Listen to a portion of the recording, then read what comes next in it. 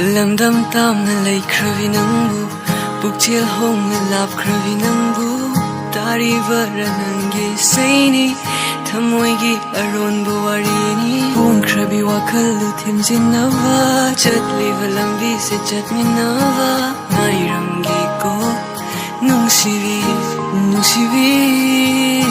Ngaiduna lay haure ngasi Udava su kuire nangdi Tari nangi na pawarina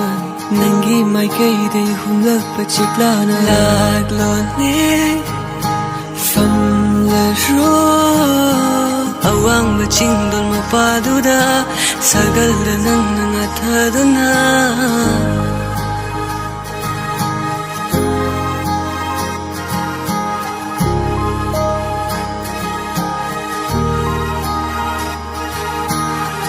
Coming dinner ngoda lam lan bi hai na Kau ramale na yung ilam bi ngasi di nang na Halaki dre nang di kadai da vu lay di Mai thong arap da thiruwada nang di oiram dare Phungam da lay hauwa wari phung lagi halakko nang na Tari nangi na pawina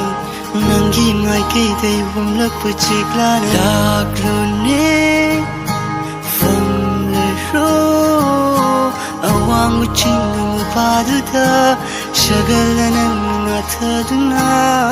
Lamdam tamna laikravi nangbu Pukchil hong